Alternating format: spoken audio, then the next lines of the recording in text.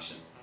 On tonight's episode, we'll be looking at serial killers, paedophiles, car chases, and the death toll of sloths. We're also joined this week by a number of various faces that have committed crimes over the past week, including this man, Mr. Jack Greenfoot. Police are looking for him as he's committed a murder 6 days ago in Surrey. They're also looking for this suspect, Tracy Le Guin. She's accused of burning down a house and killing her husband and 2 children. If you have any information on these people, please ring into the station, but you're not prank callers, it's getting a bit annoying, thanks. Our first story tonight is on a well-known murderer making his way around Blackpool, a sponge killer. His choice of weapon is a sponge, and he uses it to suffocate people, but the sponge is also his best friend, Derek.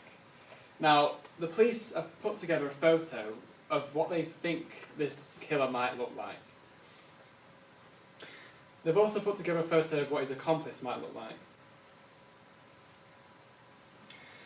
Police are still not sure on his true identity. So if you have any information on this crazed, sponge-wielding man, please let us know.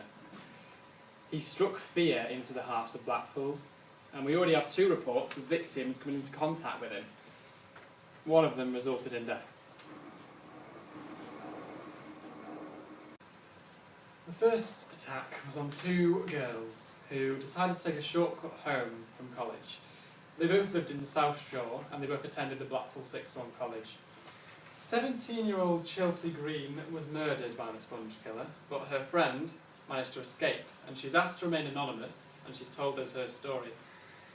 Chelsea's family has described her as self-indulged, that's lovely.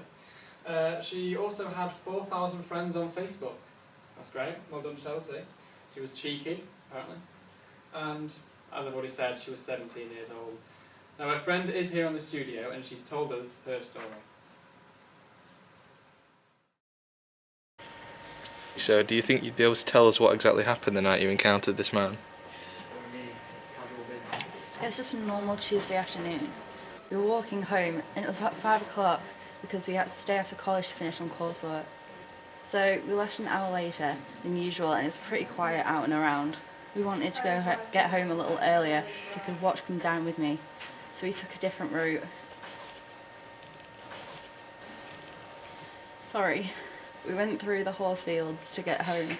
I didn't really know the route, but apparently there were horses, so I couldn't really say no.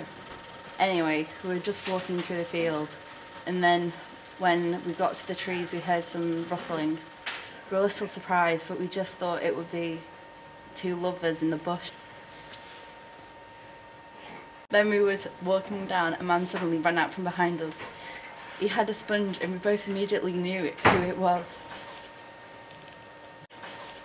And that's when she tripped over and fell.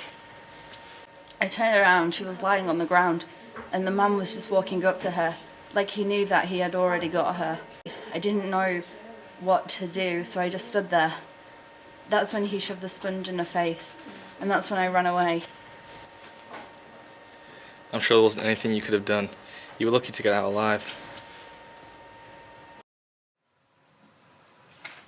What the hell is this? I asked for herbal tea. Herbal tea every time. Sorry. This is why you're a runner, you stupid! Mr. Connor, we're on air. Oh, for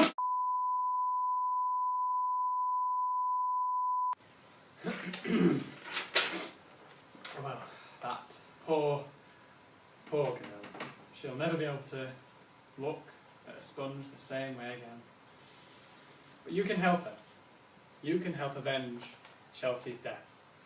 If you call our number, 0500 700 700, if you have any information on this sponge killer, call that number, or visit our website, www.infraction.co.uk.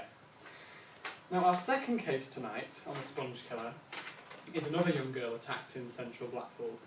She was on her way home from work. She's 16, and she's also asked to remain anonymous.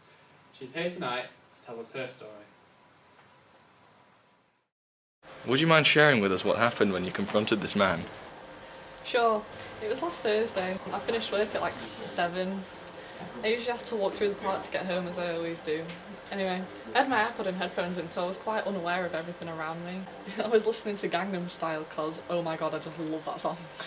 And I was walking along the field and trees when I got pushed to the ground from behind. I didn't really know what hit me until I turned around to see him.